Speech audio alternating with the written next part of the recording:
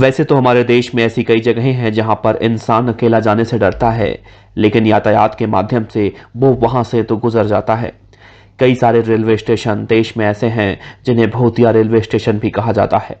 इस बात की प्रामाणिकता समय समय पर बदलती रहती है, लेकिन आज हम आपको एक ऐसे ही रेलवे स्टेशन के बारे में बताने जा रहे हैं जिसे 42 सालों तक बंद रखा गया, और इसके पीछे की वजह कोई भी कर्मचारी उस रेलवे स्टेशन पर काम नहीं करना चाहता था। इन 42 सालों में अगर कोई ट्रेन उस रेलवे स्टेशन से गुजरती थी तो सभी यात्री अपनी खिड़की दरवाजे बंद कर लिया करते थे। यहां तक ट्रेन का ड्राइवर ट्रेन की स्पीड बढ़ा देता था, और जब ये रेलवे स्टेशन पार हो जाता और तब सबकी जान में जान आती थी।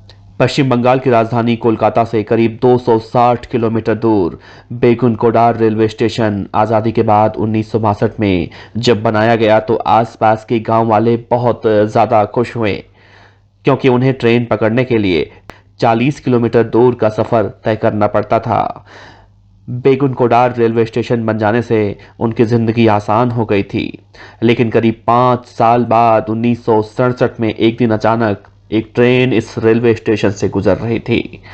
स्टेशन मास्टर ने देखा ट्रेन के साथ साथ एक लड़की दौड़ रही है। स्टेशन मास्टर ने इस बात को अनदेखा कर दिया, और अगले ही दिन एक दूसरी ट्रेन जब स्टेशन पर आई तब भी वो लड़की ट्रेन के साथ साथ दौड़ रही थी, और ट्रेन उससे पीछे। लड़की की स्पीड इतनी थी कि वो ट्रैक पर ट्रेन के सामने भाग रही थी। अब तो स्टेशन मास्टर को यकीन हो गया था कि लड़की कोई मामूली लड़की तो नहीं है, जरूर कोई भूत प्रेत है, और डर के मारे वो अपने गांव चला जाता है, और कुछ ही दिनों के बाद उसकी मौत हो जाती है। फिर किसी दूसरे स्टेशन मास्टर की रेलवे स्टेशन पर नियुक्ति की जाती है, और उसने भी वही कहानी लोगों को बताई, जिससे उसके बाद जितने भी स्टेशन मास्टर आए सबने यही देखा, और यहाँ तक ट्रेन के ड्राइवर भी यही कहानी बयान करते थे। इस रेलवे स्टेशन के सामने से ट्रेन गुजरती है तो ट्रेन के सामने एक लड़की सफेद कपड़ों में दौड़ते हुए दिखाई देती है। इस लड़की का खौफ पूरे गांव में इस कदर फैल जाता है कि लोग दहशत में आ जाते हैं। कोई भी रेलवे स्टेशन, कोई भी रेलवे का कर्मचारी यहां पर काम नहीं करना चाहता था। आखिरी बार जो स्टेशन मास्टर रेलवे स्टेशन पर ड्यूटी करने आया था, वो पहले दिन के बाद हेडक्वार्टर में एक एप्लीकेशन दिया कि मैं यहां पर ड्यूटी नहीं कर पाऊंगा, चाहे मुझे नौकरी ही क्यों न छोड़नी पड़े। किसी के काम नहीं कर पाने की वजह से मजबूरन उसे रेलवे स्टेशन को बंद करना पड़ा, और इस रेलवे स्टेशन की चर्चा धीरे धीरे पूरे देश में फैल गई, और इसे भूतिया रेलवे स्टेशन घोषित कर दिया गया। अब गांव वाले फिर से ट्रेन पकड़ने के लिए 40 किलोमीटर दूर जाने लगे। अफवाह फैल गई कि यह भूत उस महिला का है जिसकी मौत एक दुर्घटना में हुई थी।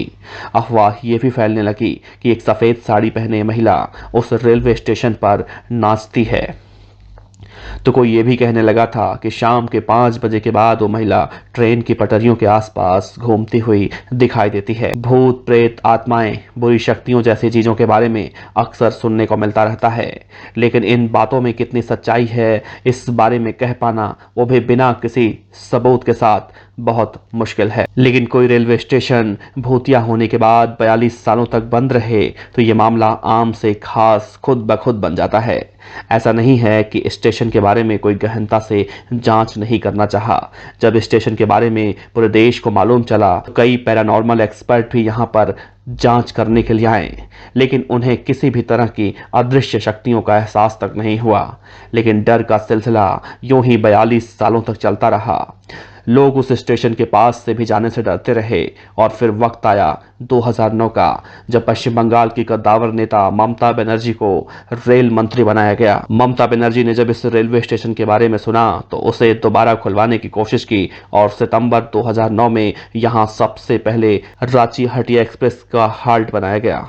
तो यहाँ सबसे पहले रांची हटिया एक्सप्रेस को रोका गया, जिससे इलाके के लोगों के मन से डर कुछ हद तक तो कम हुआ, और धीरे धीरे वक्त बीतने के साथ यहाँ और भी ट्रेनें रुकने लगी।